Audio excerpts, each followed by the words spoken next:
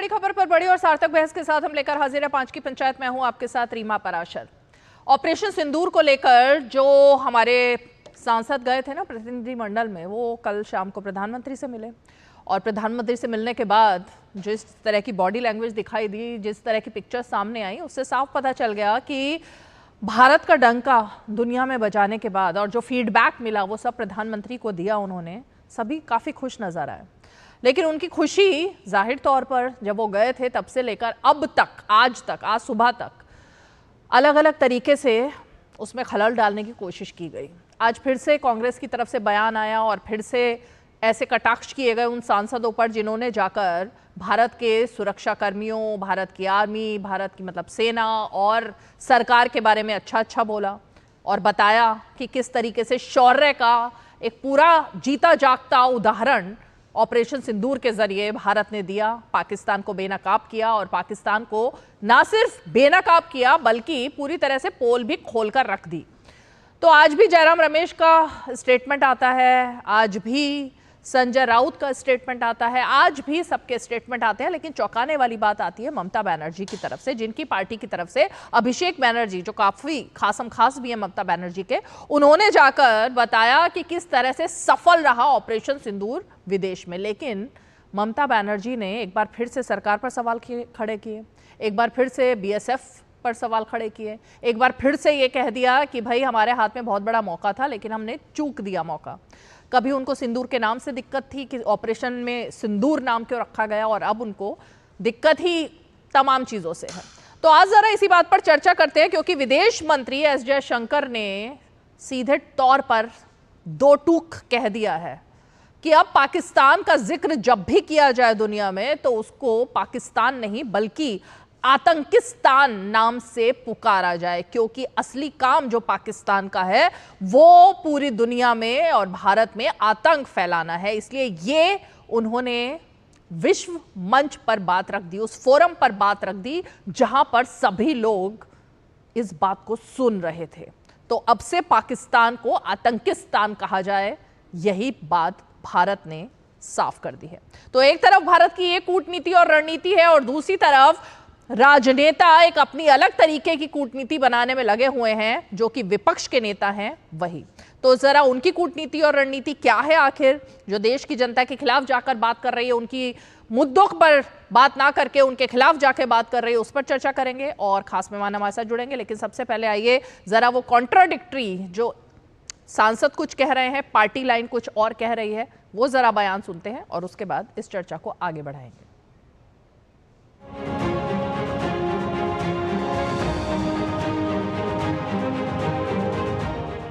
This is not a conflict between two states per se.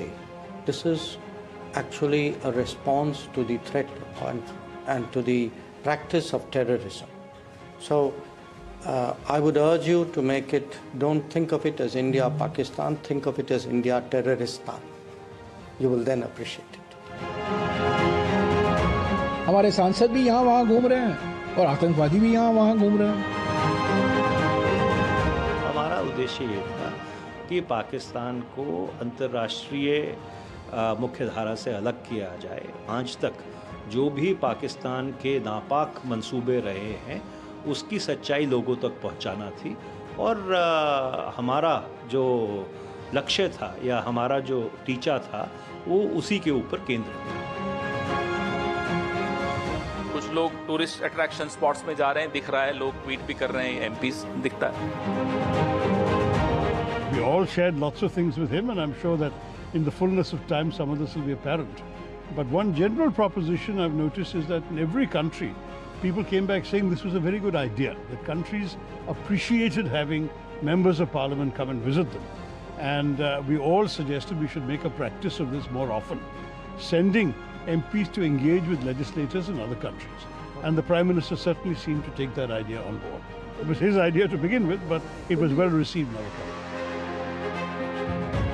ये एक tourism programme चल रहा है ऑपरेशन सिंदूर के नाम पर, टेररिज्म के नाम पर। हाँ, ये टूर एंड ट्रैवल कंपनी खोल दी, अभी जरूरत नहीं। दो मांगे हैं ना हमारी, स्पेशल सेशन और all party delegation to Kashmir under leadership of government. ये आप पूरा नहीं कर रहे हो और अचानक से ये उसको दो, उसके दो, उसको एक पकड़ कर आप विदेश यात्रा कर रहे हो। हमने अपना जो भी हमारा एक्सपीरियंस रहा उनके साथ शेयर किया, उन्होंने काफ़ी पेशेंटली हमारी बातें सुनी और मैं बस यही कहूँगी कि जो डीब्रीफिंग होता है और जो जिस काम के लिए हमें भेजा गया था उसके बारे में हमने अपना बात रखी है। हर डेलीगेशन में सभी पार्टी के, सत्ताधारी पक्ष के भी और ऑपोजिशन पार्टी के भी सभी सांसद एक साथ थे, वो एक ही आवाज में बात कर रहे थे। ये मैसेज बहुत बढ़िया बाकी देशों में गया। People are saying, he's supporting so-and-so, he's not supporting so-and-so, they are supporting the government, etc. I have come here to speak for India, whoever speaks for India. And in whichever way they speak for India, whatever is said for India, we are here to support.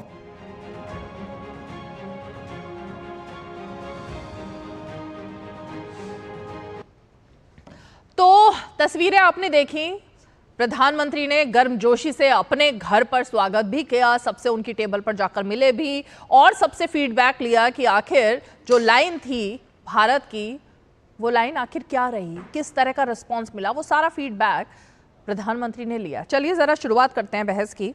हमारे साथ 4 खास मेहमान इस वक्त जुड़ गए हैं। हमारे साथ निखिल जैन जुड़ गए हैं जो कि राजनीतिक विश्लेषक हैं और समर्थक है कांग्रेस पार्टी के। विजय शर्मा जी प्रवक्ता भारतीय जनता पार्टी के मौजूद हैं। हमारे साथ रोहित अग्रवाल जी हमारे साथ राष्ट्रीय लोकदल के प्रवक्ता मौजूद हैं। संजय सरकार जी हमारे साथ नेता तृणमूल कांग्रेस के मौजूद हैं। आप सभी का स्वागत है। लेकिन मैं ज़रा निखिल जैन आपसे शुरुआत करना चाहूँगी।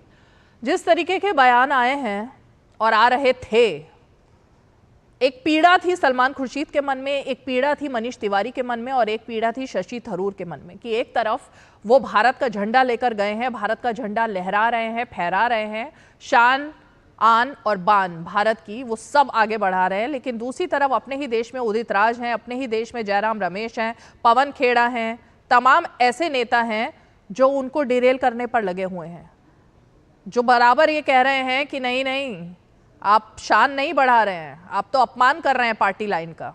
तो पार्टी लाइन बड़ी है या राष्ट्रहित और देश बड़ा है? सीमा जी, सबसे पहले तो मैं कह दूं, राष्ट्रहित और देश बड़ा है। अटल बिहारी जी जैसे कहते थे, पार्टियां आएंगी जाएंगी, देश रहना चाहिए। प्रधानमंत्री आएंगे जाएंगे, देश रहना चाहिए, देश की बात होनी चाहिए। दूसरी बात, माफी चाहूंगा आपसे कि मेरी जो पढ़ाई लिखाई है, मेरी डिग्री है, वो कानून की है, मनोविज्ञान की और बॉडी लैंग्वेज की नहीं है। तो मैं सलमान खुर्शीद की बयान से उनके मन की अगर कोई पीड़ा है या थरूर साहब की कोई पीड़ा है और या फिर हर्षोल्लास है, वो मैं नहीं जान पाऊंगा। जो बॉडी लैंग्वेज से थोड़ा ना मैंने जानने को कहा था। मीडिया में बयान जो चलते हैं, आपने कहा उनके अंदर से ये आवाज आ रही है, मैं अंदर की आवाज नहीं पकड़ पाऊंगा। अंदर की आवाज उन्होंने मीडिया, अरे भाई अंदर की आवाज मीडिया वालों पर उन्होंने बताई ना, जाहिर की मीडिया के माइक जब लगे उनके आगे, उस वक्त उन्होंने वो माइक पर बोला कि क्या देशभक्ति की बात करना, अपने देश की बात करना, क्या देशभक्ति की बात करना देशद्रोह है? ये बात तो सलमान खुर्शीद ने बोली ना, तो उसमें बॉडी लैंग्वेज परखने की जरूरत नहीं थी। वो चैनल देखते तो पता लग जाता। उनके शब्द ये थे कि मैं भारत की बात करने की बात भी सुनाई नहीं पड़ती है। रीमा जी, समस्या ये है कि कांग्रेस को देश के मन की भी सुनाई नहीं पड़ती है, अपने नेताओं के मन की बात कहाँ से सुनाई पड़ेगी इनको? तो सिर्फ एक ही परिवार की बात सुनाई पड़ती है, वो है गांधी परिवार। सर, आप कौन सी पार्टी से हैं? आप रुक जाइए, एक बार मेरी शुरुआत सुनाई पड़ती है खाली मन की, खत्म होने दीजिए। मन की आवाज क्या है ये? इंटरजेक्शन डिबेट स्टार्ट होती है, इंटरजेक्शन शुरू हो गई ना, देश की बात करने की जगह पे नंबर बढ़ाना शुरू हो गए ताकि पार्टी ऑफिस में जाए तो अच्छे ताली बजे कि किसी को सच नहीं बोलने दिया, मोदी जी की विफलता सामने नहीं आने दी। चलिए ठीक है, आपको अगर काटना है आप काटिए, मैं अपनी आवाज जोर से करके मैं बोल लेता हूँ। अच्छा, अपनी बारी में अपनी बारी में बोलेंगे। रुकिए रोहित जी रुकिए रोहित जी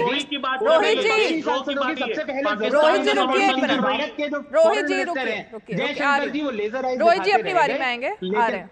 हाँ जी, थैंक यू रीमा जी। भारत के हमारे जो विदेश मंत्री हैं वो लेजर आइज दिखाते रह गए, लेकिन हमारी कूटनीति की इतनी विफलताएं रही कि आज ऑपोजिशन को, सांसदों को तो मिलकर ये बेड़ा उठाना पड़ा। 7 डेलीगेशन गई, लेकिन उसमें आप ये दिक्कत देखिए कि 7 में से कुछ डेलीगेशन जहां पर थरूर साहब जैसे इंटरनेशनल डिप्लोमैट्स थे, उन्होंने तो अच्छा करा, वो यूनाइटेड स्टेट्स के वाइस प्रेसिडेंट जेडी वैंस से मिल लिए। लेकिन जो हमारी डेलीगेशन साउथ कोरिया में गई, इंडोनेशिया में गई, वहां पर उन देशों के कोई सीनियर अधिकारियों से मिलना नहीं हो पाया। और इसमें मैं अपनी सांसदों की गलती नहीं बताऊंगा, इसमें गलती सीधा सीधा देश के विदेश मंत्रालय की है कि ना सांसदों की ब्रीफिंग प्रॉपरली करी गई, ना वो कोऑर्डिनेशन प्रॉपरली हो पाया। दूसरी बात, आप ये कहते हैं कि उदित राज, पवन खेड़ा, इन्होंने कई बयानी करी है सांसदों के खिलाफ जो डेलीगेशन पे गए थे। पहली बात तो मैं याद दिला दूं कि निशिकांत दुबे जो इस डेलीगेशनों का हिस्सा थे, 3 जून को वो बैठ के अपने ट्विटर पे ये डाल रहे थे कि किस तरीके से इंदिरा गांधी ने देशद्रोह करा, जवाहरलाल नेहरू ने देशद्रोह करा। अब आप देखिए कि हमारे देश के सांसद किस मुंह से अपनी बात किसी विदेशी अधिकारी के आगे रखेंगे, जब वही सांसद जो बात करने आए हैं वो ये बोल रहे हो हमारे पिछले वाले तो जो प्राइम मिनिस्टर थे वो तो एंटी नेशनल थे, सिर्फ यही वाले हैं। हमारी तो एक सांसद ये भी कहती है कि 2014 में आजादी मिली है, 1947 में तो पता नहीं क्या हुआ था। ये कोई तरीका नहीं है राजनीति और कूटनीति करने का। लेकिन हमारे विपक्ष के सांसदों से जितने अच्छे से बन पड़ा, जितने अच्छे से वो भारत सरकार का पक्ष रख सके दुनिया के सामने, उन्होंने रखा है। लेकिन मुझे आई फील बैड कि उसके बावजूद भी पाकिस्तान आज यूनाइटेड नेशन सिक्योरिटी काउंसिल की एंटी टेरर कमेटी की उपाध्यक्ष बना है। तो हमें पाकिस्तान के खिलाफ जो मोर्चा खोलना था, हम शायद इतने अच्छे से नहीं खोल पाए। आतंक के खिलाफ हमने बहुत अच्छा मोर्चा जरूर खोला। ठीक है, अब बोलिए रोहित अग्रवाल जी, क्या बोल रहे थे आप? नहीं, देखिए स्थिति बिल्कुल साफ है। कांग्रेस तो देश के मन की बात नहीं समझ पा रही है। कांग्रेस ने तो पिछले 60 साल राज करने के बाद देश के गरीबों की मन की आवाज नहीं सुनी, तो ये सांसद मन की आवाज कहां से सुन लेंगे? इनकी तो स्थिति बिल्कुल साफ है ना। इनको तो सिर्फ और सिर्फ देश का अपमान करना है, और देश का अपमान करके ना जाने इनको कौन सी सृष्टि मिलती है। ये तो बना पड़ेगा इनको कि सिंदूर का अपमान अगर आप करोगे तो उन बहनों के पास जाके आप पूछो कि सिंदूर की कीमत क्या होती है। आप और सिर्फ किसी बयान को लेके अगर इस तरीके से सिंदूर का अपमान करते हो, आपको जवाब देना पड़ेगा देश की हर मां को, जिसके सिंदूर की कीमत अनमोल है। परंतु कांग्रेस ने मजाक रख दिया है सिंदूर नाम का, क्योंकि सरकार द्वारा पाकिस्तान को घूस मार गया और ये इनसे बर्दाश्त नहीं हो पा रहा है। इसके लिए भी रोटियां रखने का कर रहे हैं। और ऐसे विपक्ष के कारण कुछ देश ऐसे भी रहे हैं जिन्होंने अपने देश के अंदर सुरक्षा को खो देने का काम किया था, क्योंकि ये ऐसा विपक्ष है जो अपनी कुर्सी आने के लिए ये कहीं ना कहीं पाकिस्तान के सिर्फ खड़े खुश है। ये उस खुश हैं कि जिनके बयान पाकिस्तान की मीडिया चाहे। आप समझ पड़ेगा ना, पाकिस्तान की मीडिया आपके बयान चला रही है, इसका मतलब का बयान जिम्मेदार है, इसका मतलब आप बयान है वो गलत। जब आप सांसद खुद अगर ह्यूमलाइज होना पड़े कि हमारी देश में क्या कह रही है और देश की धरती पे रोहित जी आपकी आवाज कट रही है, समझना पड़ेगा ना। रोहित जी आपकी आवाज क्लियर नहीं है, कट रही है आपकी आवाज क्लियर नहीं है, बार बार कट के आ रही है। नहीं, कट रही है आवाज कट रही है। सही करवाइए जरा, मैं अपने टीम से कहूंगी जरा एक बार उनकी आवाज सही करवाइए।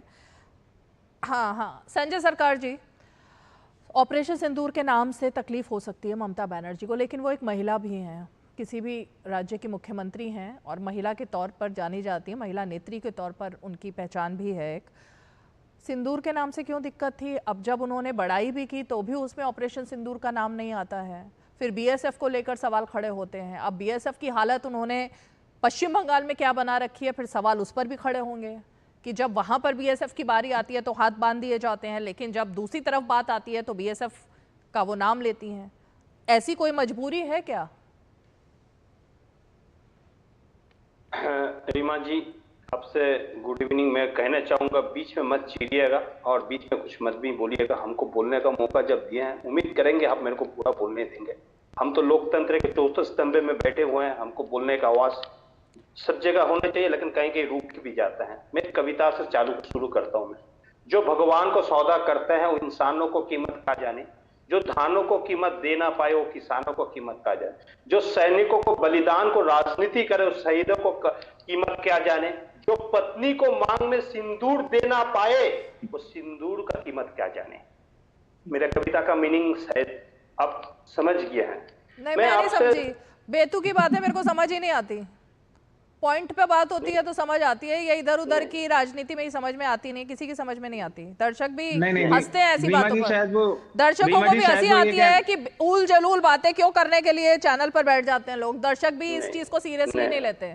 नहीं आप नहीं रीमा बोलिए। जी, शायद वो ये कहना अगर चाह आपने रहे हैं ताली कि बजवाने के लिए, एक सेकंड निखिल जैन, क्यों बीच में बोल रहे हो आप? टीएमटी वाले बोलेंगे, नहीं, अगर आपने ताली बजवाने के लिए और इसके बाद किस किस के चेहरे पर मुस्कान आती है संजय सरकार, इसके लिए आपने ये कटाक्ष मारा है तो अलग बात है, लेकिन इसमें कंटेंट तो कोई था नहीं आपकी कविता में जो आपने खुद लिखी है। अब आप आगे पॉइंट पर आइए, क्योंकि विजय शर्मा जी से फिर उसके बाद रिएक्शन लूंगी। अब पॉइंट पर आ जाइए। आपकी मुस्कुराहट बता रही है आपने सिर्फ एक 2 लाइनें फेंकी और आपने सोचा अब देखते हैं रिएक्शन कैसा आता है, तो रिएक्शन ऐसा ही था। अब बोलिए, अब आगे बोलिए, मिर्ची लगना अब पॉइंट पर आइए, सीरियस बात करिए। अब ट्विटर पे डाल के मिर्ची लगना चालू।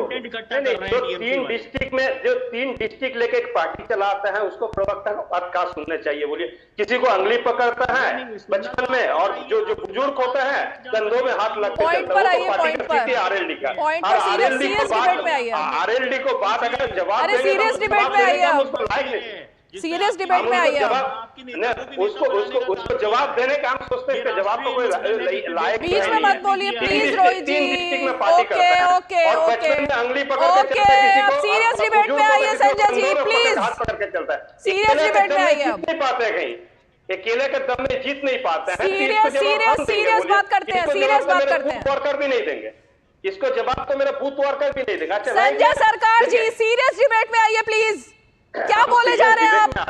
टाइम वेस्ट मत कीजिए डिबेट में मेरा। नहीं, मिर्ची मत, कोई मिर्ची नहीं लग रही, मिर्ची मत लीजिए, ऐसा मिर्ची लेकर। लेकिन सवाल सबसे बड़ा है, जब मेरे सैनिक अंदर में घुस गए हैं और आप जब मतलब आपने डोनाल्ड ट्रंप से बोल के आपने उस पर समझौता कर दिया, क्यों नरेंद्र जी को अगर सरेंडर करते हैं तो उसमें भी मिर्ची लगता है। मेरे को जब मौका था बालूचिस्तान को तोड़ने के लिए, जब मैंने खैबर पाख्तून को तोड़ने का, पाकिस्तान तोड़ने के लिए जब मौका आ गया, आप सौदा करने के लिए चला गया। सौदा क्यों किया आपने? सौदा तो आपको करना नहीं चाहिए था इस बीच में। हम तो वही बात बोल रहे हैं, मैं सैनिकों को जो कुर्बान हो, हम राजनीतिक में देखना नहीं चाहते हैं। हम सैनिकों को जो कुर्बानी है, हम अच्छे शहीद परिवार को तरफ से देखते हैं, जिससे राजनीतिक प्लेटफॉर्म हम लेके नहीं आने चाहते हैं उसको। नंबर 2, बीएसएफ के बारे में आप बोल रहे हैं। अच्छा, बीएसएफ को बांग्लादेशी लोग थोड़ा दिन पहले उठा के लेके गए, क्या स्थिति की है तब देखे हैं उसको बारे में? आप देखे हैं उसको, न्यूज देखे आपने? अगर देखे हैं तो अच्छा तरफ से देख लीजिए। बीएसएफ अगर 50 किलोमीटर उसको दायरा पड़ता है, उस एरिया से अगर कोई घुसपैठी रोहिंग्या आता है तो उसकी जिम्मेवारी होम मिनिस्टर, गृह मंत्री जी को पड़ते हैं। वो बीएसएफ को मॉनिटरिंग करता है, आईबी, एनआईए और सुपर मॉनिटरिंग करता है, raw research analysis under control of the prime minister of India. अगर हम बोलते हैं तो निखिल जी और भी अच्छे तरफ से एक्सप्लेन करेंगे। बहुत पढ़े लिखे विद्वान आदमी है निखिल जी। मैं निखिल जी को कुछ बात में मैं सहमत हूँ, निखिल जी अच्छे तरह से उसको भी यह करें। लेकिन हमको डाइवर्ट हम करने नहीं चाह रहे थे कोई भी बात को। हम कहने चाहते हैं मेरे सैनिक जो बलिदान किए हैं, जो सैनिक का बलिदान हुआ, जिस तरफ से मजाक उड़ा जा रहा है, जिस तरफ से पाकिस्तान और तमाम देश के तरफ से जिस तरफ से दिखाया जा रहा है, हम चाहते हैं मेरे गृह मंत्री जी, मेरे रक्षा मंत्री जी, प्राइम मिनिस्टर और मेरे डिफेंस चीफ जो है, यार मार्शल जो है, जो नेवी का हेड है, सब आके एक साथ में ब्रीफ दे। हम पाकिस्तान को सर इसने किया था, इतना हमला किया था, इतना उसको किया। ऊपर से चारों तरफ से जो बयान आ रहे हैं कि हमको ज्यादा नुकसान हुआ, हम ये बर्दाश्त नहीं कर पाए। तो मैं स्वतंत्रता सेनानी परिवार का, मेरे 4 परिवार के जो 4 आदमी है, वो काला पानी में जेल में रह के आए हैं। और जेल मतलब के लिखित नामा देकर कोई नहीं आया, वहां से माफीनामा देकर कोई नहीं आया, वहां पर खुदकुशी कर लिया, लेकिन माफीनामा देकर कोई नहीं आया है। तो हम इस तरफ से जो बयान आ रहा है ना, हम उससे बर्दाश्त करने के लिए तैयार नहीं है। एक मिनट रुकिए। जवाब हम कहा देंगे, आपको 3 डिस्ट्रिक्ट का पार्टी है, एक सेकेंड, विजय शर्मा जी को फ्रेम में लाइए, किसी को कंधों में हाथ लगा, विजय शर्मा जी को फ्रेम में लाइए। ओके, आपको जवाब हम कहा देंगे, मेरा बूथ कार्यकर्ता संजय सरकार जी आपने अपनी बात रख दी है। अब रुकिए 1 मिनट, आपने अपनी बात रखी है और किस तरह आपने हवा में बातें की हैं, किस तरीके की आपने बातें की हैं, अब उसको कितना सीरियसली लिया जाए मुझे नहीं पता। विजय शर्मा जी सीरियसली ले रहे हो तो जवाब दें जरा आपकी बातों पर। जी देखिए, संजय जी ने बड़े गंभीर आरोप लगाए हैं, और वो बंगाल को लेकर, बीएसएफ को लेकर और रोहिंग्या और बांग्लादेशियों को लेकर। अब मैं तथ्य की बात बता देता हूँ, रीमा जी आपके पास पीआर टीम में 2 मिनट में चला भी देगी, इनको आईना भी दिखा देगी। गृह मंत्री हमारे अमित शाह जी का संसद में दिया हुआ बयान, कि टीएमसी सरकार किस तरह से बाढ़ नहीं लगाने दे रही है वेस्ट बंगाल सीमा के ऊपर। बता दूं श्रीमान, अगर आप कहें तो आंकड़े, जिसमें राज्य सरकार ना तो वहां जमीन दे रही है और वहां धार्मिक नारे लगाए जाते हैं। 90% से ज्यादा सीमा पर हमने बाढ़ लगाने का काम कर दिया है। 150 किलोमीटर के आसपास ऐसी सीमा जहां नहीं लग सकती है, जहां नदी नाले और पहाड़ है, बाकी सीमा के ऊपर ये नहीं लगाने दे रहे हैं। रही बात इन्होंने 50 किलोमीटर के अंदर की बीएसएफ की बात बोली, तो ये वही टीएमसी है और पंजाब सरकार थी, इन्होंने ही सबसे पहले उंगली उठाई थी, नहीं आप बीएसएफ को क्यों इस तरह के अधिकार दे रहे हो। अरे भाई, सुरक्षा के लिए अगर ये अधिकार दिए जाने तो आपको क्या दिक्कत है, आप मुझे बताइए। और ये भी सर्वविदित है कि पूरे देश में जितने रोहिंग्या और बांग्लादेशी हैं, उनके आधार कार्ड कहां बनते हैं? मुर्शिदाबाद में, सारे वहीं मिलते हैं, सारे बांग्लादेशी रोहिंग्या वहीं से घुसते हैं। तो ये मैंने तथ्य के आधार पर बात बता दी। संजय जी, इसका जरा जवाब दे दें। आपकी पीआर टीम चला देगी अमित शाह जी का, तो मैं वक्त जाया नहीं करना चाहता हूं। दूसरी बात आप करते हो देशभक्ति की, तो आपके मुंह से शोभा नहीं देती। मैं बता दूं रीमा जी, थोड़ा सा इसको इस तरह से समझने की जरूरत है। पीओके को लेकर जो ऐलान उमर है, उसके साथ मंच साझा कौन करता है? राहुल गांधी जी। और ये चले इस तरह की बात करने निखिल जैन जी। अरे भाई निखिल जैन जी, बताइए, जब हमारे सेना वहां मुंहतोड़ जवाब दे रही थी, पाकिस्तान को सबक सिखा रही थी, जब आप ट्विटर पे किस तरह के जवाब मांग रहे थे, कितने जेट हमारे गिराए गए, जब यहां से जाती है तो आप और आपके सहयोगी कैसे कहते हैं बारात ले जाने की क्या जरूरत है। उसके बाद वहां से एक सफल किस तरह से दौरा करके हमारी टीम आती है वहां से, तो आप उंगली उठाते हो कि हमारे को वहां सम्मान नहीं मिल रहा। तो आपने तो ये इस तरह की टीका टिप्पणी करनी है, ये देश को पता है। तभी तो आज आपका ये हाल है कि आप देश विरोधी लोगों के साथ मिलते हो, मन साझा करते हो और ऐसी बातें करते हो विदेश में बैठ के जिससे हमारी संवैधानिक संस्थाएं भी कमजोर होती है। तो आपने देखा होगा 22 अप्रैल को अटैक होता है, 23 अप्रैल को आपने सुना होगा किस तरह से आतंकवादियों का साथ देते हैं इनके रॉबर्ट वाड्रा जी। कहते हैं मुसलमानों को दबाया जा रहा है इसलिए अटैक हुआ है। अरे निखिल जैन जी, क्यों करते निला रहे हो? सच बात है, ये कहो तो मैं सुनवा देता हूं। उसके बाद में इनके चीफ मिनिस्टर क्या कहते हैं, सैफुद्दीन सोद जी क्या कहते हैं कि पाकिस्तान की बात पे हमें यकीन कर लेना चाहिए। अरे तो ये 26 लोग ऐसे ही मर गए क्या? ठीक है, जिनको इस तरह से मारा गया, उनके सिंदूर उजाड़े गए हैं माता बहनों के। तो ये इनका चाल चरित्र और चेहरा है कांग्रेस का, क्योंकि ये पाकिस्तान परस्त लोग हैं। निखिल जैन जवाब दीजिए, उसके बाद संजय सरकार जवाब देंगे। निखिल जैन, सबसे पहले तो मेरे भाजपा के मित्र ने ये कहा कि जब सेना मुंह तोड़ जवाब दे रही थी तो राहुल गांधी और कांग्रेस पार्टी क्यों सवाल उठा रही थी। इन्हें शायद याद नहीं है, पर 7 मई को ऑपरेशन सिंदूर में अटैक शुरू हुए पाकिस्तान के ऊपर। 10 मई तक ये अटैक चले और कांग्रेस पार्टी या राहुल गांधी ने 10 मई तक कोई ऐसा सवाल नहीं पूछा। देश के साथ वो खड़े थे, सेना के साथ वो खड़े थे, जैसे बाकी के देश के सारे विपक्ष के नेता खड़े थे। सवाल उसके बाद पूछे गए और मैं बताता हूं वो जेट क्यों गिरे, कितने गिरे, ये सवाल क्यों पूछे गए, ताकि हम अपनी कोई भी अगर कमजोरी है उसे समझ सकें, उस पर बात करें और उसे रेक्टिफाई करें। इसीलिए जो हमारे chief of defence staff CDS हैं, उन्होंने सिंगापुर के इंटरव्यू में इसीलिए कहा था कि हमसे पहले दिन कुछ गलतियां हुई, हमने उन गलतियों से सीखा, आगे बढ़े, बेहतर करा। जब तक हम गलतियां मानेंगे नहीं, अपनी इनसफिशिएंसीज मानेंगे नहीं, हम बेहतर नहीं कर पाएंगे। और राहुल गांधी, कांग्रेस और देश का पूरा विपक्ष ये चाहता है कि हमारी सेना मजबूत से मजबूत हो सके। 2 बातें और कही गई कि ये देश विरोधी लोगों के साथ खड़े रहते हैं। पता नहीं इनको सारे कोई जो मोदी जी से सवाल पूछते हैं वो देश विरोधी नजर आ जाते हैं। जितना मुझे याद है, राहुल गांधी तो जाके पाकिस्तान के प्रधानमंत्री से बिरयानी नहीं खाने गए थे, ना ही राहुल गांधी चीन के प्रेसिडेंट के साथ झूला झूल रहे थे। आखिरी बात इन्होंने कही कि हमारे विदेश के सांसद दौरा करके आ रहे हैं और आपको उसमें खामियां दिख रही हैं। साहब, खामियां हैं तो दिख रही हैं, देश के लिए देश प्रेम है, भाजपा प्रेम नहीं है कि भाजपा को अच्छा लगा तो बोल दिया। अगर खामियां हैं तो बोली जाएंगी ताकि वो सुधरे। पहली बात तो ये निखिल जैन और संजय सरकार जी, देश के साथ खड़े होना, सेना के साथ खड़े होना, ये सबका कर्तव्य है, इसमें किसी ने किसी के ऊपर कोई एहसान नहीं किया। और विपक्ष के सांसद अगर विदेश में जाकर बोलकर आए हैं तो वो विपक्ष के सांसद के नाते नहीं गए थे, वो भारत के सांसद के नाते गए थे। इसलिए ये भी कोई एहसान नहीं किया किसी ने भी कि विपक्ष के सांसदों ने जाकर बोला। तो इसको आप लोग इतना बड़ा जो बढ़ा चढ़ाकर पेश कर रहे हैं, ये सबका कर्तव्य था, ये मेरा भी कर्तव्य है और आपका भी कर्तव्य है, इसमें कोई पार्टी लाइन नहीं थी। मैंने तो ये कहा कि देश की विपक्ष का और देश की मीडिया का ये कर्तव्य है, सबका कर्तव्य है, सबका कर्तव्य है, हो सके। बिल्कुल बिल्कुल, एक और कर्तव्य है हम सबका कि हम सवाल पूछें सरकार से ताकि जो गलतियां हुई हैं उन्हें सुधारा जाए और बेहतरी हो सके। Quick reaction 10 second Vijay Sharma, मुझे ब्रेक लेना है, ब्रेक के बाद रोहित जी आपके पास आ रही हूँ, रुकिए, ब्रेक के बाद आ रही हूँ आपके पास। विजय जी जल्दी। अरे मुझे बताइए, जब डेलीगेशन जा रहा था आपने शशि थरूर के नाम पे कैसे विरोध किया, आनंद शर्मा के नाम पे विरोध किया।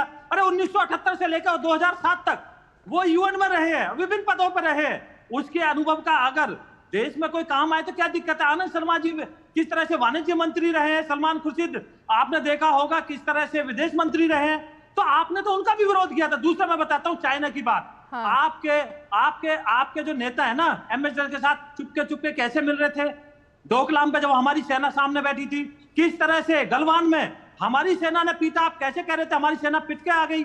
ये आपका चाल चरित्र और चेहरा है। दूसरा मैं बता देता हूं, सेना पे आपको पाकिस्तान पे पूछना चाहिए था कि पाकिस्तान के कितने जेट गिरे। आप देश की सेना से पूछ रहे हो, शर्म आनी चाहिए आपको। और उसके बाद 23 अप्रैल को रॉबर्ट वाड्रा बोलते हैं, कौन सा वो था बताना आप मुझे। ठीक है, आ रही हूँ मैं, बाकी मेहमानों के पास आती हूँ, एक ब्रेक लेते हैं, छोटा सा break. Assam tea and the culture around it is so unique and integral to the identity of Assam that we can't even think of Assam without tea. 200 glorious years of Assam tea. The saga will continue for many more centuries to come. Time पे खा लेना और please bike धीरे चलाना जी। और ये तुम्हारी safety के लिए। अरे एक बात तो रह गई। LIC? ये हमारी सेफ्टी के लिए। दिल की सुनो, LIC चुनो। LIC हर पल आपके साथ। चलिए संजय सरकार जी बोलिए। देखिए, मेरे मित्र अभी बोल रहा था देशभक्ति के बारे में, मैं स्टार्ट कहाँ से शुरू करूँ? आजादी को पहले से ना बाद से ना अभी से। आप अभी की बात करिए। बोलेंगे तो मिर्ची लगना चालू हो जाएगा। ध्रुव सक्सेना कौन है? इनका IT सेल का बहुत पसंद है का कौन है? RDO में काम करने वाला भारतीय जनता पार्टी RSS है। तारीफ होटल से कौन है? भारतीय जनता पार्टी का कश्मीर का माइनॉरिटी सेल का सेक्रेटरी है। प्रॉब्लम है,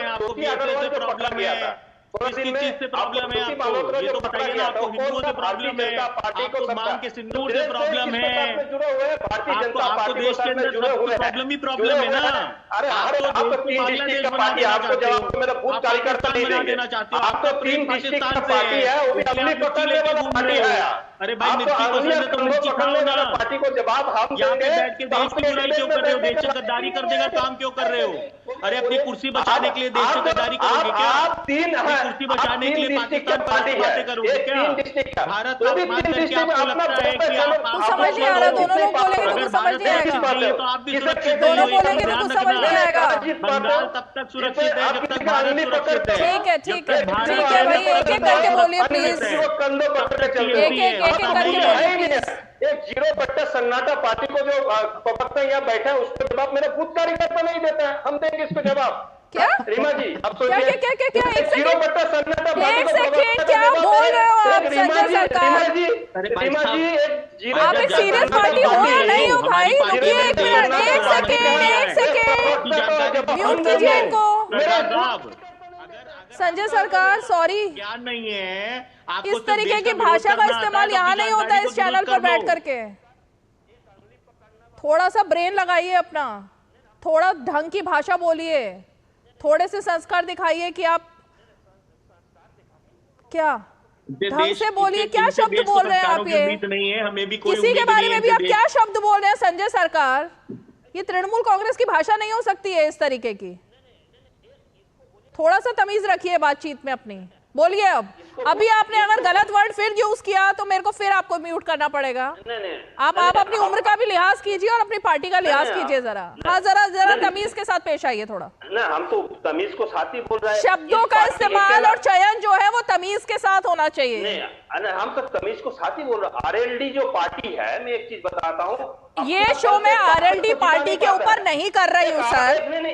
ये मेरी चॉइस है, मैं किसको अपने शो में बुलाऊंगी नहीं बुलाऊंगी, ये मेरी चॉइस है। ये आप तय नहीं करोगे ना बैठ करके। चलने वाला पार्टी को संजय सरकार ये आप तय नहीं करोगे मैं अपने शो में एक सांसद वाली पार्टी को बुलाऊं या 0 सांसद वाली पार्टी को बुलाऊं, वो मैं तय करूंगी। आप नहीं करोगे ना, केंद्र सरकार में मंत्री है उनके, आपके हैं क्या? नहीं अंगली पकड़ के बताइए है तो बताइए। नहीं है ना? लेके आए हैं। ये पर्सनल कमेंट मत कीजिए प्लीज, पर्सनल कमेंट के लिए मंच नहीं है। रुकिए, पर्सनल कमेंट नहीं चाहिए यहाँ पर। पकड़ के भी नहीं आया है। हम अंगली पकड़ के भी नहीं आए, कंधों पकड़ के भी नहीं आया। मैंने आया क्या बोलिए, हम तो अकेले तो बल्कि 29 संसद लेके आए हैं। आपको पता है ये शो किस टॉपिक पर हो रहा है संजय सरकार? ऑपरेशन सिंदूर, ममता बनर्जी का बयान, ऑपोजिशन के अंदर फूट, ये उस टॉपिक पर हो रहा है।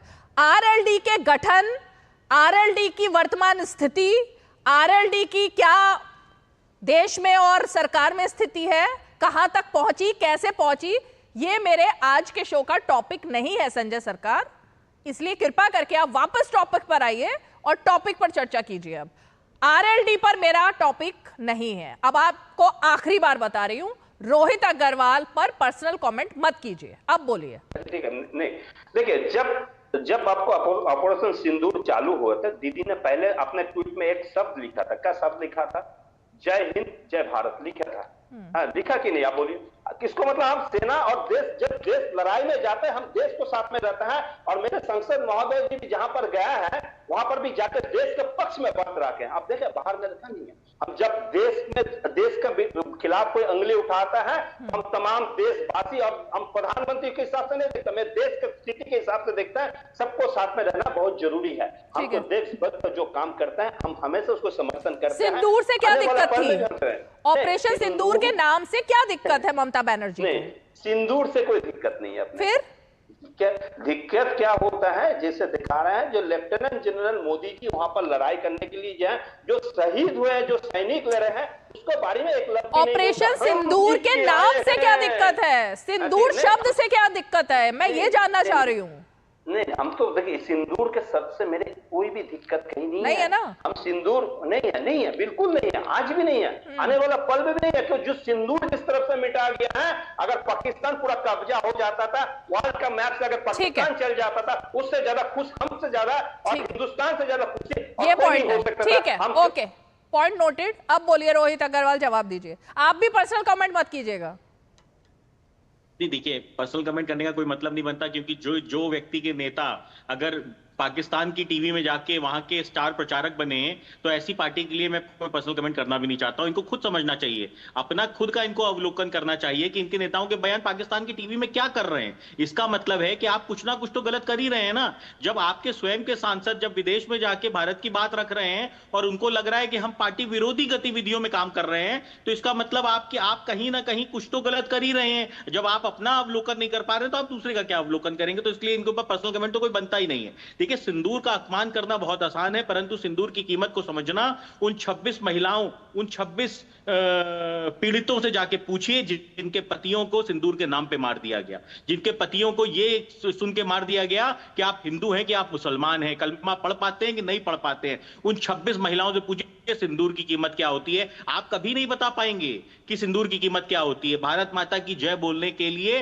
देशभक्ति चाहिए। यहाँ पे आप कितने सांसद की पार्टी है इससे मतलब नहीं है, लेकिन अगर भारत माता की जय बोलने में आपको तकलीफ होती है तो इसका मतलब आपको समझना पड़ेगा कि आप गद्दार हैं। आपको ये समझना पड़ेगा कि बंगाल के अंदर 1 करोड़ रोहिंग्या कहां से आए। आपको इसका जवाब देना पड़ेगा कि बंगाल के अंदर 1 करोड़ रोहिंग्यों का आधार कार्ड कैसे बना, वो वहां के वोटर कैसे बने। ये जवाब आपको ही देना पड़ेगा। आपको ये जवाब देना पड़ेगा कि आप भारत के देश के साथ खड़े हैं, भारत के देश के हिंदुओं के साथ खड़े हैं, भारत के देश की उन माओं के साथ खड़े हैं जिनके सिंदूर लूट लिए पाकिस्तान ने, कि आप पाकिस्तान के उन आतंकवादियों के साथ खड़े हैं। आपको शायद बहुत हंसी आती है ये कहने में कि भारत ने सीज फायर कर दी, पर शायद आपको पता नहीं है कि भारत ने घुस के मारा है पाकिस्तान को।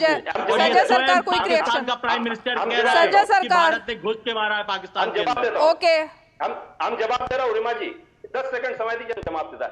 अच्छा, जब मतलब रोहिंग्या का मैटर कब आया हमें? 2017-25 अगस्त में म्यांमार ने रोहिंग्या को अटैक किया था वहां पर म्यांमार सेना ने। लेकिन बंगाल का एक भी बॉर्डर नहीं है रोहिंग्या, मिजोरम का बॉर्डर है, नागालैंड का बॉर्डर, अरुणाचल का बॉर्डर है और मणिपुर का 16 से 42 किलो। बंगाल से कोई बॉर्डर नहीं है वहां पर। ये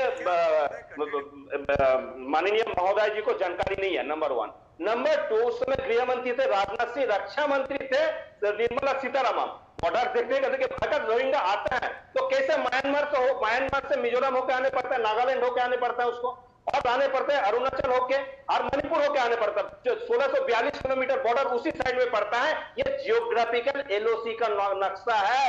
रोहित जी पहले जियोग्राफी अच्छे से पढ़ के आइए, हम डिबेट आपसे बिल्कुल खुल के करेंगे। हम पढ़ाई नहीं करेंगे, जियोग्राफी के स्टूडेंट है, हम जियोग्राफी के स्टूडेंट है।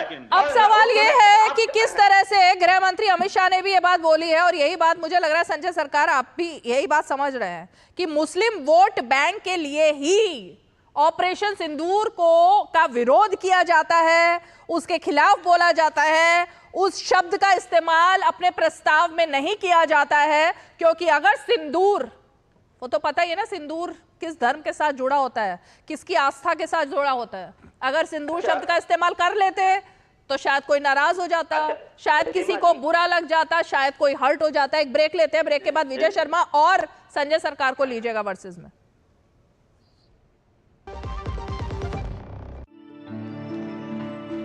Nothing else refreshes me more than a good cup of Assam tea.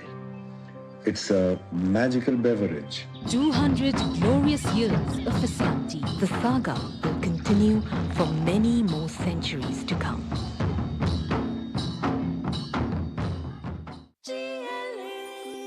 जो लक्ष्य चुना था समझ आने लगा है। GLA यूनिवर्सिटी, उच्च लक्ष्य की निश्चित प्राप्ति। चलिए अब बताइए संजय सरकार जी, अमित शाह जी ने जो आरोप लगाया कि ये सब मुस्लिम तुष्टीकरण के लिए ही ऑपरेशन सिंदूर और खासकर सिंदूर शब्द का इस्तेमाल ममता बनर्जी ने नहीं किया। नहीं, सबसे बड़ी बात क्या है रीमा जी, हाँ। मेरे घर में भी माँ बहन है, आपको घर में भी माँ बहन है। बाहर का आदमी आके बोलेंगे हम आपको सिंदूर देंगे तो ले सकता है। एक पत्नी एक पति से ले सकता है सिंदूर, उसको अलावा दूसरे किसी से ले नहीं सकता। सिंदूर का वही कीमत होता है। सिंदूर का कीमत जो कीमत है ना, वो जानकारी कैसे लेंगे? मैं कैसे बोले आपको, हमने तुष्टीकरण के लिए बोला है ना कि घर घर में सिंदूर। एक आवाज उठे थे कि नहीं बोलिए? हम अगर गलत बोलते तो आप बोलिए गलत बोलते, अगर आप बोलेंगे तो हम आपको वीडियो क्लिप दे देंगे। वीडियो क्लिप दे देंगे कैसे करके सिंदूर में कैसे करके प्रचार हो रहा था उस समय। आपको ये बताना पड़ेगा ना कि सिंदूर का मजाक बनाने से आपको क्या मिलने वाला है। तो मजाक बताना तो पड़ेगा ना। उन 26 बहनों से पूछना पड़ेगा ना सिंदूर की कीमत क्या होती है। उन 26 बहनों की मांग का सिंदूर किसने उजाला, ये तो आपको जवाब देना पड़ेगा सिंदूर का। ठीक है, ठीक है। पाकिस्तान आतंकवादी देश है, ये आपको कहना पड़ेगा, किसी को दे नहीं सकता, कहना पड़ेगा। बांग्लादेश के बारे में जानकारी लीजिए मेरे भाई रोहित। और आप पहले रोहिंग्या के ओके फिर भी अरे भाई अपनी बारी में बोलेंगे। बॉर्डर में अपनी बारी में पहले ले लीजिए रोहिंग्या के बारे में। अपनी बारी में सिंदूर का कुछ समझ नहीं आता, ऐसे कुछ नहीं समझ आता। रोहित अग्रवाल जी रुकिए, रोहित जी रुकिए, रोहित जी। सिंदूर का संस्कार कैसे होता है? सिंदूर का जो महत्व क्या होता है जानते हैं? एक पति पत्नी के लिए सिंदूर का महत्वपूर्ण होता है, ठीक है, जानता है रोहित जी। जैसे आप रोहिंग्या के बारे में विजय जी को फ्रेम में लाइए, देखते हैं, जवाब दीजिए विजय शर्मा जी। देखिए संजय जी ने जो ये आरोप लगाए बड़े बेहुदा आरोप है। ये बीजेपी ने नकार भी दिए हैं और हम मना भी करते हैं कि हमने इस तरह का कोई भी कार्य नहीं किया। ये जो व्हाट्सएप इंडस्ट्री है ना, उसको ये पकड़कर देखकर चल रहे हैं। तो आप व्हाट्सएप इंडस्ट्री के ऊपर इतना ध्यान मत दीजिए। सिंदूर हमारे लिए पवित्र वो है, हमारी माता बहनों के लिए। और प्रधानमंत्री जी ने आपने देखा होगा एक पेड़ भी लगाया है सिंदूर का। तो ऑपरेशन सिंदूर जो है वो एक पवित्र वो थी, जो माता बहनों के सिंदूर उजाड़े थे 26, उनको लेकर एक लोगों में जोश था। तो आप क्या समझो, आप तो वो इस तरह की बातें करते हो कि रामनवमी पे प्रतिबंध लगा देते हो, ताजियों के ऊपर आप किस तरह के वहां पे जुलूस निकलवाते हो। तो आपका देखा किस तरह से आपने अभी दंगे कराए। रही बात आप कह रहे थे अभी कि रोहिंग्या वहां से वेस्ट बंगाल से नहीं आते हैं, तो मैं आपकी याददाश्त दुरुस्त कर देता हूं। 71% बाड़बंदी हो चुकी है और आप जैसे जितने चीफ मिनिस्टर, आपके चीफ मिनिस्टर बैठी है ना, उन लोगों ने विरोध कर रखा है, नहीं तो हम 100% कर देते। और 81% अब सपा हट चुकी है। जितने भी नेबरिंग जो स्टेट है वहां से, पूर्वोत्तर के राज्यों में। तो संजय जी आप सुनिए, आपको बता दूं, आपके यहाँ से 1 लाख से ज्यादा डेली गाय तस्करी होती थी। आप बताइए बांग्लादेश बॉर्डर के ऊपर ये जो आंकड़ा दे रहे हैं, आंकड़ा आपको भी सर्च करेंगे तो नहीं मिलेंगे। अरे संजय जी आपको जो जीजीएम यूनिवर्सिटी कौन है मालूम है आपको विजय जी? अरे आपको क्या मालूम? आप पहले मेरी बात का जवाब दे दीजिए। आपकी बात को मैं जवाब दे रहा हूँ, यूनिवर्सिटी के अरे रोहिंग्या आपके वेस्ट बंगाल से आते हैं, जब से असम में हमारी सरकार आई है हमने वहां पर किसी भी तरह की घुसपैठ नहीं होने दी। आसाम के अंदर घुसपैठ होती है, पहले वेस्ट बंगाल और आसाम में घुसपैठ होती थी। अच्छा, ये संयम बिल्कुल भी नहीं है क्या कि अपनी अपनी बारी में सब बोले? 50 किलोमीटर दायरा किसको? थोड़ा संयम रखेंगे अगर तो सबको समझ आएगा कौन क्या बोल रहा है। अरे भाई संयम रखना पड़ता है शो में। रुकिए संजय जी, रुकिए। दीदी का बयान आपने विरोध किया था बीएसएफ का। संजय जी रुकिए संजय जी, अपनी अपनी बारी में बोलेंगे तो इतना संयम सबको रखना पड़ेगा ना, तभी तो समझ आएगा कौन क्या बोल रहा है। कुछ समझ ही नहीं आ रहा। विजय शर्मा जी जल्दी से बोलिए 10 सेकंड में। जी देखिए रीमा जी, इन्होंने गंभीर आरोप लगाए।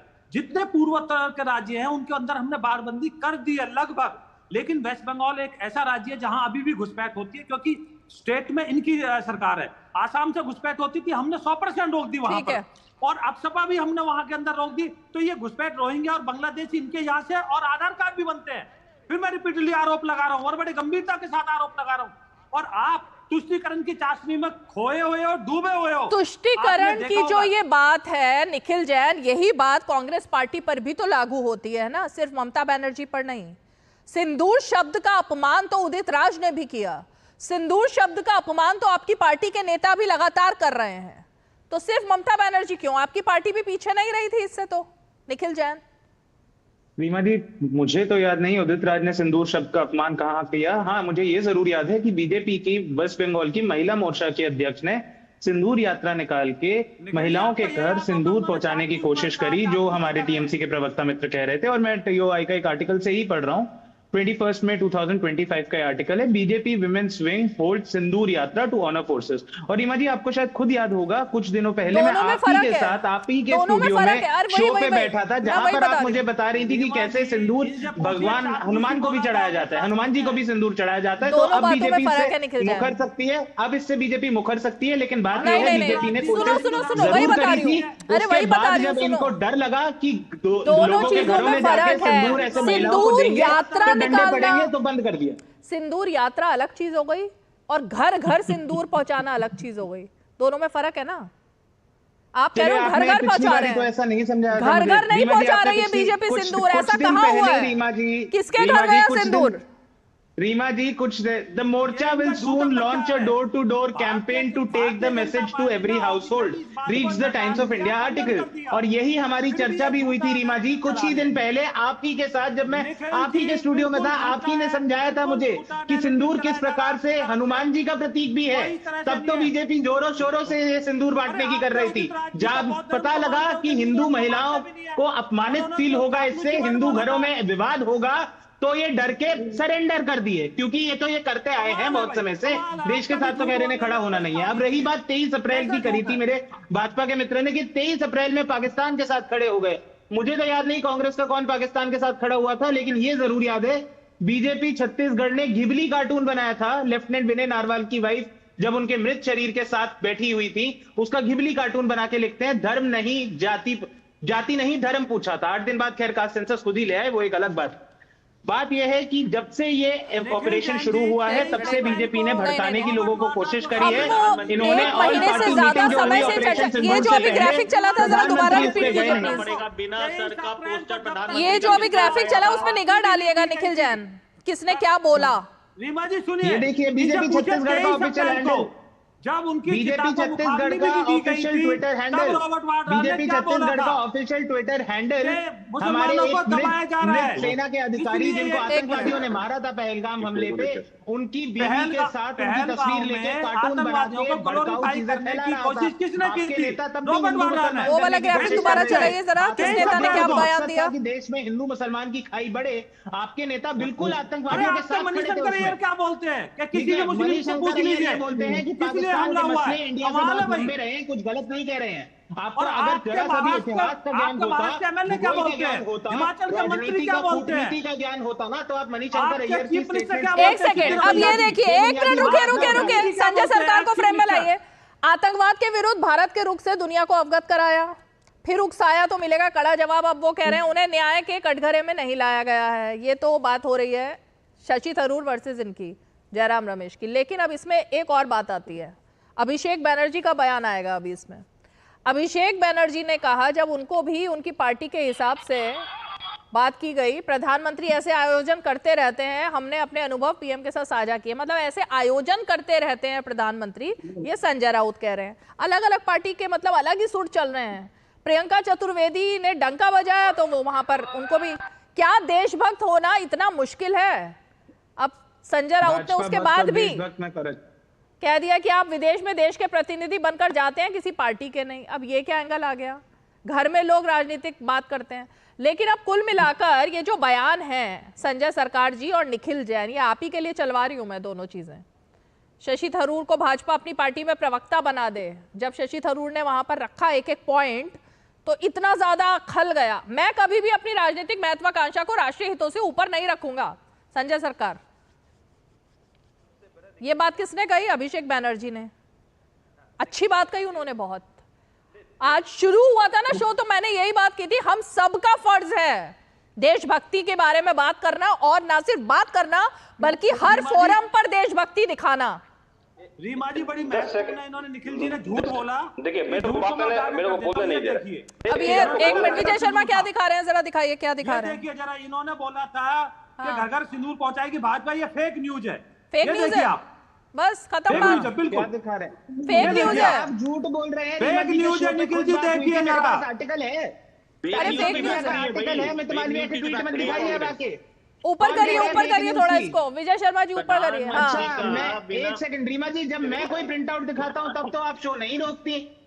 अब भाजपा के मित्र हमारे प्रिंट आउट दिखाएंगे तो आप पूरा अब विश्वास की बात होती है ना, ये तो निखिल जैन, किस पर विश्वास है, किस पर देश को भरोसा है, किस पर नहीं है। निखिल जैन जी, आपका झूठ पकड़ा गया, अनंत आपका झूठ पकड़ा है। अरे कौन सा आप बताइए, टीवी पे बैठ के आपने झूठ बोला। भारतीय जनता पार्टी ने ऑफिशियली मना किया उसको। अरे मेरे, आप झूठ क्यों फैलाते हो यहाँ पे? पार्टी डंडे पड़ेंगे इसलिए ऑफिशियली मना करने पहुंच गई, क्या बातें कर रहे हैं? अरे डंडे कांग्रेस को पड़ेंगे, देश विरोधी लोगों को पड़ेंगे, और डंडे पड़ रहे हैं। जनता नकार रही है, जनता डंडे मार रही है। हमने खुद डिस्कस करा। आप मुझे बताइए, आप क्या बातें कर रहे हैं? रीमा जी आप इन्हें बताइए, आपके शो पे खुद डिस्कस करें किस तरीके से बीजेपी घर घर सिंदूर पहुंचाने वाली थी। ये देखिए, ये भी न्यूज देख लीजिए, घर घर सिंदूर पहुंचाने, ये भी न्यूज देख लीजिए। अरे झूठी, ये नकार तो दिया भारतीय जनता पार्टी ने, ऑफिशियली नकार दिया, ये फेक न्यूज है। अरे रहने दीजिए यार, अब आपके होंगे ना। फेक न्यूज पर चर्चा करना बेकार है यहाँ पर। फेक न्यूज थी, फेक न्यूज खत्म हो गई, फेक न्यूज का भंडाफोड़ हो गया, फेक न्यूज सबके सामने आ गई। फेक न्यूज सबके सामने आ गई। ठीक है, फेक न्यूज आ गई सबके सामने। निखिल जैन, बात खत्म हो गई ना, कहाँ हो, आपका पॉइंट अटका हुआ है निखिल जैन, बात ही खत्म हो गई, फेक न्यूज आ गई ना सामने। मित्र आके कहते रहेंगे कि दूसरे फेक न्यूज, फेक न्यूज थी वो, एक बार इन्हें सही तो करिए।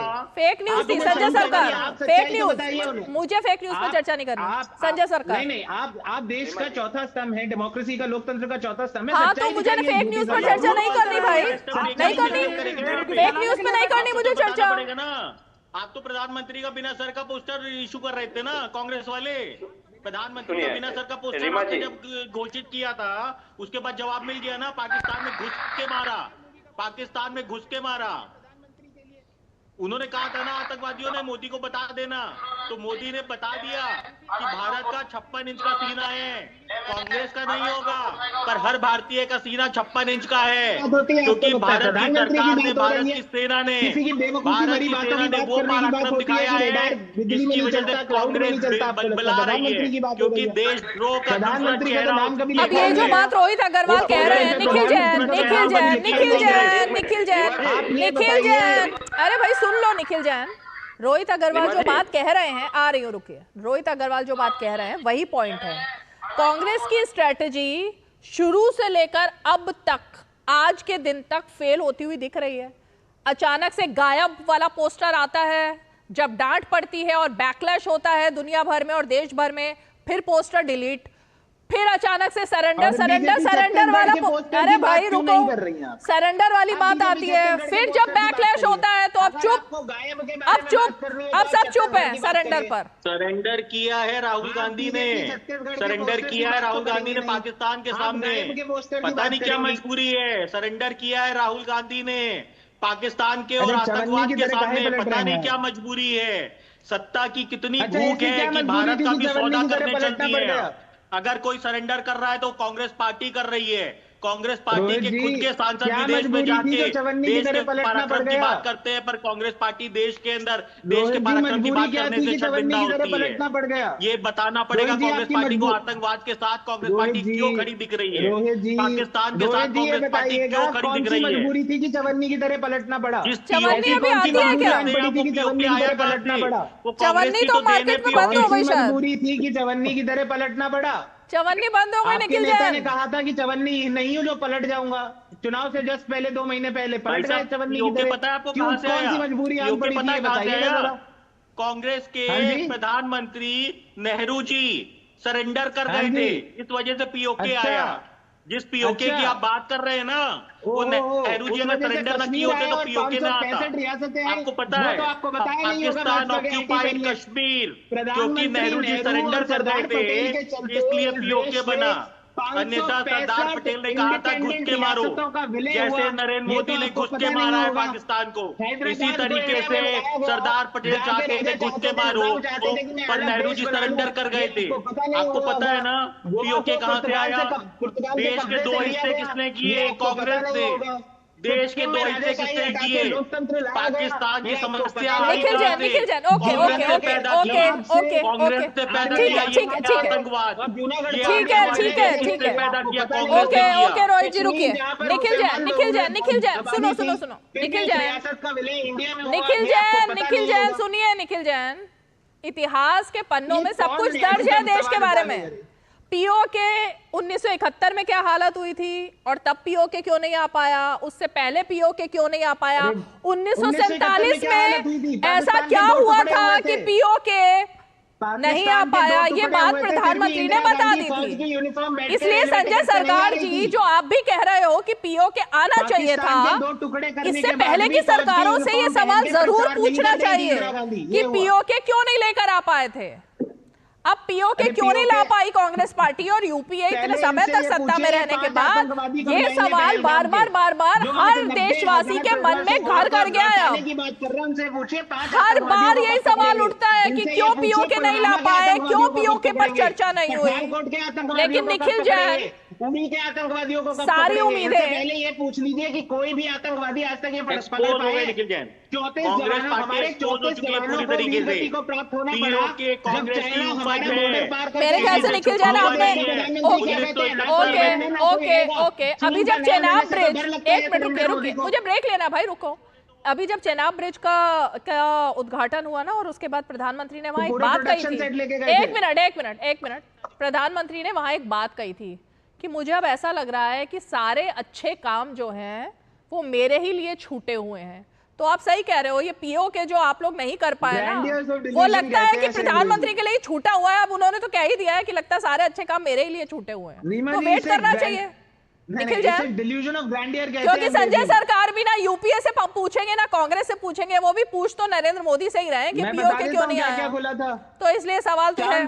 चंद्रयान पहली दफा यूपीए सरकार में गया, मंगलयान पहली दफा यूपीए सरकार में गया, गोल्डन क्वाड्रिलेटरल यूपीए सरकार में पूरा हुआ, बड़ी बड़ी फौज की एक्विजिशन 600 हवाई जहाज फौज के लिए यूपीए सरकार में खरीदे गए, 37 करोड़ लोगों को यूपीए सरकार में गरीबी से बाहर लाया गया, देश में नेशनल पेमेंट्स कॉर्पोरेशन का शुरुआत यूपीए सरकार में हुआ, राइट टू एजुकेशन यूपीए सरकार में आया, राइट टू इंफॉर्मेशन यूपीए सरकार में आया, इनके बेफालतू के इंडिया अगेंस्ट करप्शन को बैठने दिया यूपीए सरकार ने बैठने दिया। गलती तो वहां हो गई थी कि देश में आपने 3 फर्जी के स्कैम उठाए जिसमें आज तक कोई कन्विक्शन नहीं हुआ। ब्रेक के बाद आ रही हूँ कि कोई स्कैम।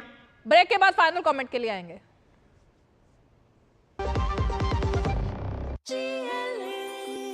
जो लक्ष्य चुना था समझ आने लगा है। जीएलए यूनिवर्सिटी, उच्च लक्ष्य की निश्चित प्राप्ति।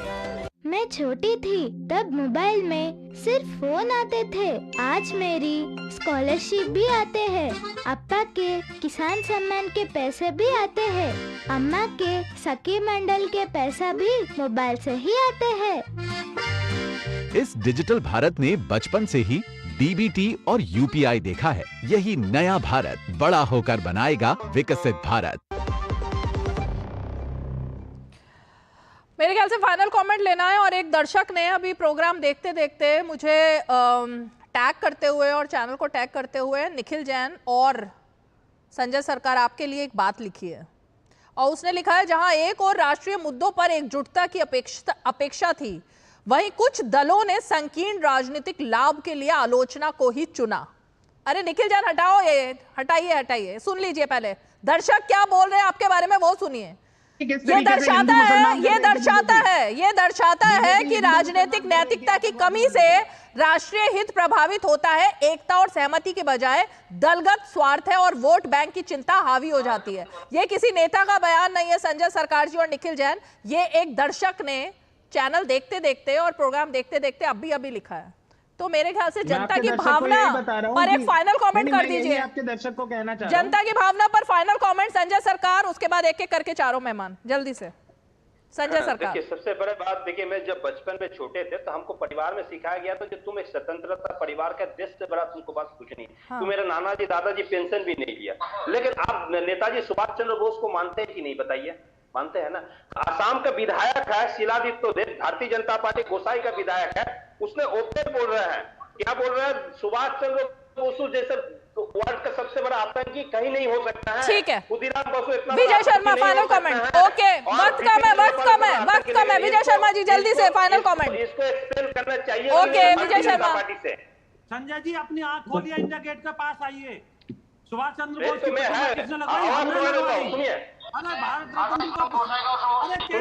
क्या बोल रहे सुभाष चंद्र बोस जी को हमने किया है। सुनिए क्या बोल रहे हम लाए वहाँ से पहचान लाए। ठीक है, फाइनल कमेंट निखिल जैन। देखिए कानून मेरा इतना सा है कि जब देश पे आतंकवाद का या फिर किसी पाकिस्तान जैसे देश का हमला होगा, देश की सारी पार्टियों को साथ खड़ा होना चाहिए। कांग्रेस पार्टी और विपक्ष की सारी पार्टियां सरकार के साथ खड़ी हुई थी, लेकिन पहले ही दिन से बीजेपी लेकिन आ गया ना बीच में। 23 अप्रैल का ये पोस्टर मैं दिखा चुका हूँ कि कैसे मुसलमान करने की कोशिश करी गई। Rohit Agarwal final comment. उसके बाद स्थिति बिल्कुल साफ हो चुकी है कि कांग्रेस अगर आज दिखाई पड़ रही है तो आतंकवादियों के साथ खड़ी दिखाई पड़ रही है, पाकिस्तान परस्त दिखाई पड़ रही है, और पीओके की जो समस्या है उसकी उपज भी कांग्रेस नहीं, उसकी जनक है नेहरू जी ने ही पीओके के अंदर सरेंडर करने के कारण ये पीओके की समस्या आज देश के अंदर उपजी है। और यही इंदिरा गांधी जी ने सरेंडर किया था, तब 93,000 पाकिस्तानी सैनिकों को जो हमारी सेना ने जिनको सरेंडर करवाया था, और इंदिरा गांधी का तो वो पाकिस्तान में वापस ना दिखाई पड़ते। ओके, बहुत बहुत शुक्रिया आप सभी खास मेहमान 5 की पंचायत में हमारे साथ जुड़े। और इसीलिए राजनीति तो होती रहेगी, लेकिन दर्शकों के मन की बात तो यही है ना, जो अभी हमने एक दर्शक को पढ़कर सुनाया। हमारी कोशिश रहेगी कि हम लगातार इसी तरह अब दर्शक क्या एक्सपेक्ट कर रहे हैं और क्या फीडबैक दे रहे हैं वो भी हमारे नेताओं को बताएं, क्योंकि सीधा जो जवाब देना होता है ना, वो तो जनता के सवालों का ही देना होता है, और जनता के सवाल ही हम उठाते हैं। और जनता के मन में तो ये बात है कि जब भी कभी राष्ट्रहित की बात आती है तो ये दलगत राजनीति और वोट बैंक के तुष्टीकरण से ऊपर उठकर पार्टियां क्यों नहीं सोचती हैं। ये सवाल उन्हीं सब ऑपोजिशन पार्टीज के लिए है जो अभी भी ऑपरेशन सिंदूर पर सवाल खड़ा कर रही हैं। 5 की पंचायत में आज इतना ही, कल फिर होगी मुलाकात, तब तक के लिए हमें दीजिए इजाजत, नमस्कार।